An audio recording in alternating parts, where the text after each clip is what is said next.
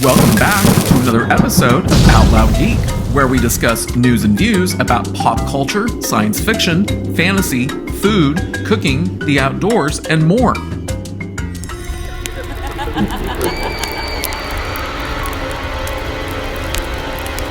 Once in a very great while, I am occasionally shocked by the shill access media when one of them actually releases an article that's surprisingly honest and truthful about the current state of the Star Wars franchise. And this is one of those rare occasions.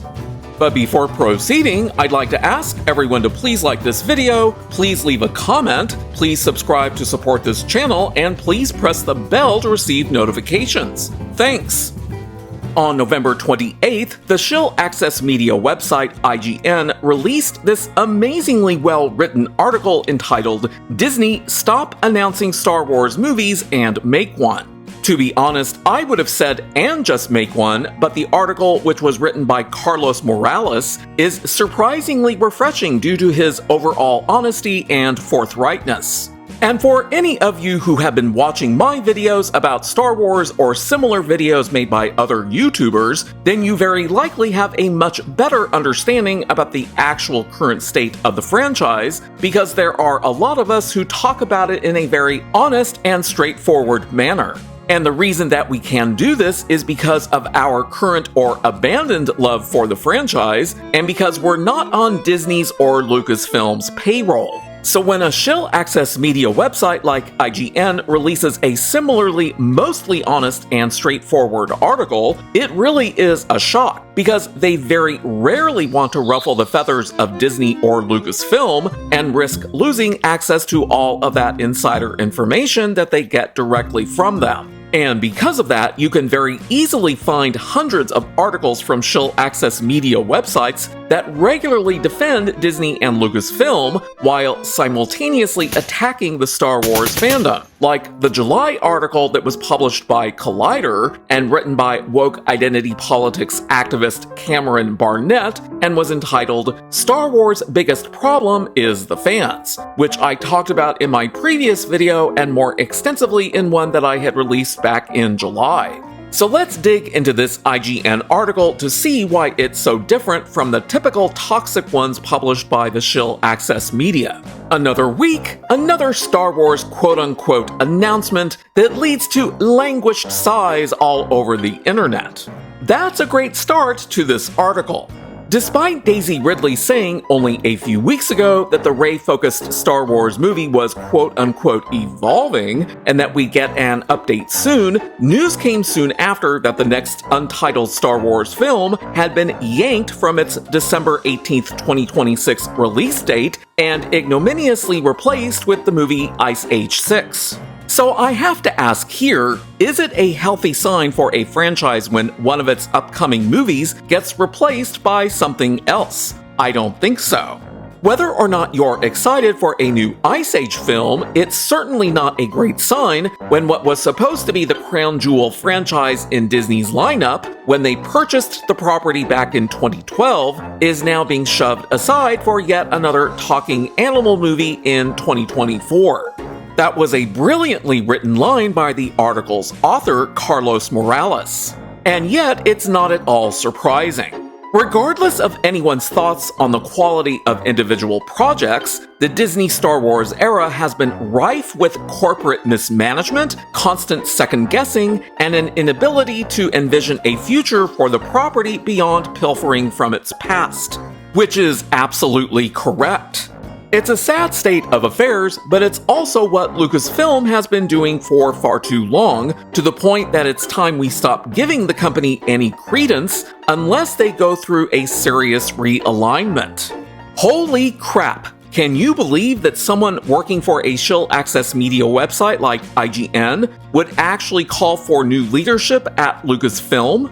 I've been wanting to see that for years, as have millions of other people, because Kathleen Kennedy is by far the worst thing to have ever happened to Lucasfilm, Star Wars, Willow, and Indiana Jones.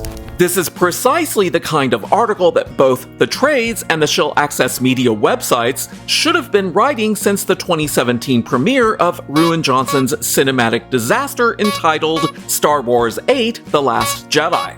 Not the recurring hit pieces that blamed the franchise's failures on the fandom, while desperately defending Kathleen Kennedy and her poor creative decisions.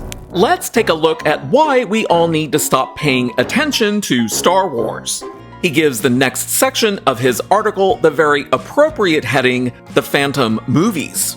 The Rey movie, currently set to be directed by Charmin Obaid-Chinoy, and I would have said by radical feminist documentarian Charmin Obaid-Chinoy, I like to make men uncomfortable. I enjoy making men uncomfortable. may not have been the movie that just lost its release date, but it most likely was. Even though the film recently lost Peaky Blinders creator Stephen Knight as its writer, which I had talked about in a video that I had released on November 14th, reports have indicated that Rey is important to multiple in-development projects, so her movie, supposedly set after The Rise of Palpatine, as she establishes a new Jedi Order, was the most probable candidate to launch the next wave of Star Wars films. Knight departing the project would also be an understandable reason why the film had to be pushed back, as Lucasfilm scrambles to find someone else to pen the script. But that situation is standard operating procedure for the studio, not an aberration.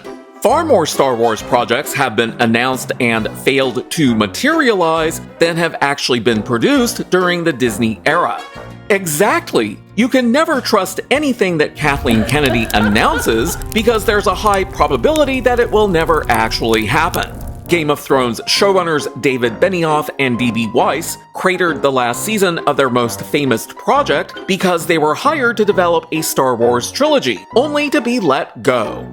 Ruin Johnson, director of that disaster of a movie, The Last Jedi, has also had a trilogy announced that hasn't come together. The official story is that this is because of his commitments to the Knives Out sequels over at Netflix, which, sure. Yeah, it really is just a lame excuse why Lucasfilm isn't going forward with that. Who would actually want to see more Ruin Johnson Star Wars when The Last Jedi was bad enough? I sure as hell don't. Josh Trank and James Mangold were both at various points attached to a Boba Fett spin-off film that was later reworked into a streaming series. And not a very good one at that. Patty Jenkins' Rogue Squadron, Taika Waititi's Untitled film, Mangold's Dawn of the Jedi film, a Lando spin-off starring Donald Glover, Sean Levy's Untitled film, and a New Republic-era movie from Dave Filoni have all been announced or reported on by the Hollywood trades but are currently MIA.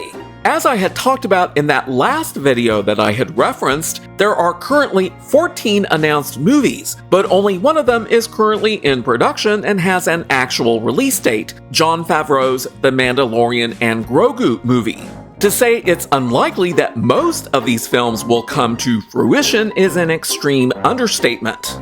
Yep, and I had essentially said the same thing in that earlier video that I had referenced. Lucasfilm has repeatedly announced projects that have no real groundswell behind them, seemingly hoping that we all have the memories of Goldfish and won't recall how many times they've pulled the rug out from under us. Does anyone seriously believe that the latest report of X-Men producer Simon Kinberg's upcoming trilogy will pan out differently? Has Lucasfilm really banked their future on the Dark Phoenix guy? Or will we just bide our time until we get more quote-unquote news that Kinberg has departed the project 6 to 12 months from now? Given the company's history, the latter is far more likely than it should be.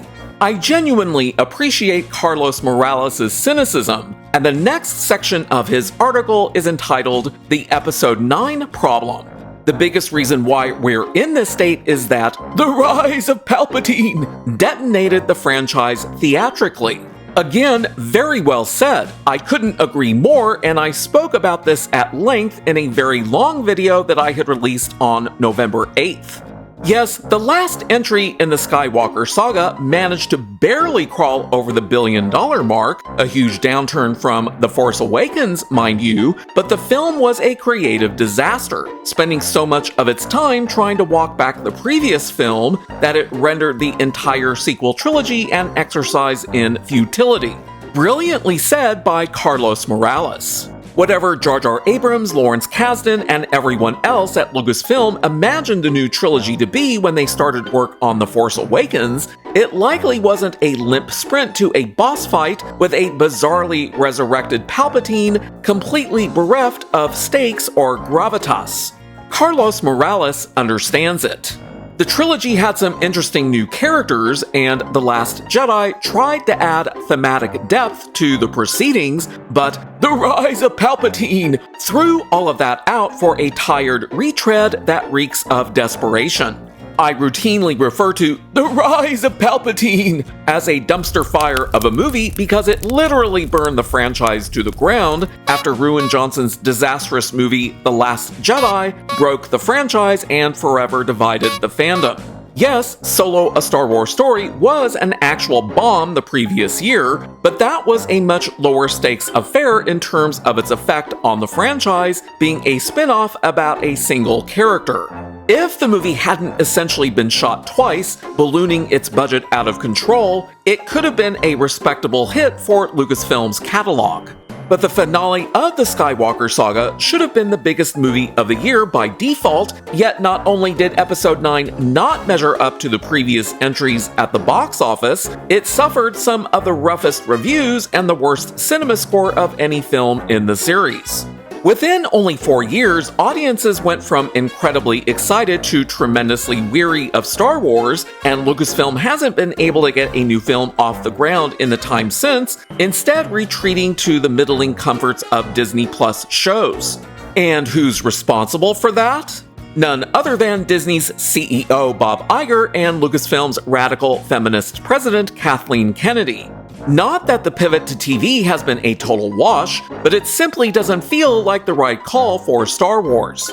Disney Plus series can fill in gaps in the release schedule, sure, but the original Star Wars was one of the movies that literally invented the modern blockbuster template. So to see the franchise in such a sorry state theatrically is disheartening. And no, putting the 4th season of The Mandalorian on hold and releasing what will likely amount to a TV special for Mando and Grogu in theaters doesn't help matters. If anything, it reinforces that the value of the Star Wars brand has plummeted to a point that it might not be able to recover from. More than a year ago, in July of 2023, I pronounced that the Star Wars franchise is dead, and I wasn't even the first YouTuber to even say it, and that was nearly a year before the premiere of that awful series, The Acolyte, as written by Harvey Weinstein's former personal assistant, Leslie Headland. This final section of the article is entitled, "That's Not How the Force Works." What makes this even more depressing to think about is that all of Lucasfilm's walking back and second-guessing of their creative decisions is clearly being done out of fear of their own audience, which they clearly don't understand. Now, to be fair, Rogue One underwent significant reshoots before the tide turned against the franchise, but that movie came out the other side as a strong entry and also introduced Tony Gilroy to the series, so we'll give it a pass. But ever since the, let's say, mixed online reception to The Last Jedi, Lucasfilm has been in a full-blown panic. The rise of Palpatine feels like a plea for fans to not make any more angry YouTube videos about The Last Jedi. And the tripling down on nostalgia out of fear of anything that could be perceived as different or subversive has turned many subsequent projects into a diet version of something you used to like years ago. Now, obviously, Carlos Morales liked The Last Jedi, and some people still do, but I don't hold that against him. From deepfake Luke Skywalker strolling onto the screen in the 2nd season finale of The Mandalorian, despite the stand-in they used looking like a young Mark Hamill who stepped out of a time warp, to forcing Rosario Dawson and Mary Elizabeth Winstead into ridiculous-looking cosplay makeup so they can play characters who really should have stayed in animation, to borderline-breaking original trilogy canon with Ewan McGregor's Obi-Wan and Hayden Christensen's Darth Vader, having another duel set between Revenge of the Sith and A New Hope. Yes, he actually said it. The Obi-Wan Kenobi series broke canon. Lucasfilm's strategy has been to strangle Star Wars to death by refusing to ever let it move forward. Quite frankly, enough is enough. Star Wars is a mess, and it will stay that way so long as the current leadership and corporate attitude remains in place. Constantly hiring, firing, and recycling creatives on their projects just for none of them to get made is no way to run a movie studio. The cultural rot at the heart of this enterprise is too deep-rooted to be removed by anything less than a complete overhaul. Yes, both Lucasfilm and Disney are creatively bankrupt, and the reason for the mess at Lucasfilm is Kathleen Kennedy. But whether that's even possible at this stage is anyone's guess. What's not is that the franchise has been lost for a long time, and it likely won't find its way out of the woods anytime soon. Not as long as Kathleen Kennedy remains in charge of Lucasfilm. But until then, we would all be better off if we stopped giving Lucasfilm any benefit of the doubt. Because the last few years of Star Wars, I'm afraid to say, that's not how the Force works. No, it's not. And certainly not the lesbian space witches as envisioned by Leslie Headland in The Acolyte. Power of one, power of two, the power of many. Star Wars is a broken and dead franchise with the release of that abysmal Disney Plus series, The Acolyte, showing just how far the franchise has creatively fallen. And Kathleen Kennedy's obsession with announcing new Star Wars projects that never get made is tiresome and only further demonstrates that neither she, Bob Iger, nor Disney know what they're doing. Thanks for watching today, and a huge thanks to each and every one of you who has subscribed to support this channel. You can also find us on Facebook, Instagram, Threads, X, and Blue Sky by clicking on the links in the description. Until next time, this is Out Loud Geek.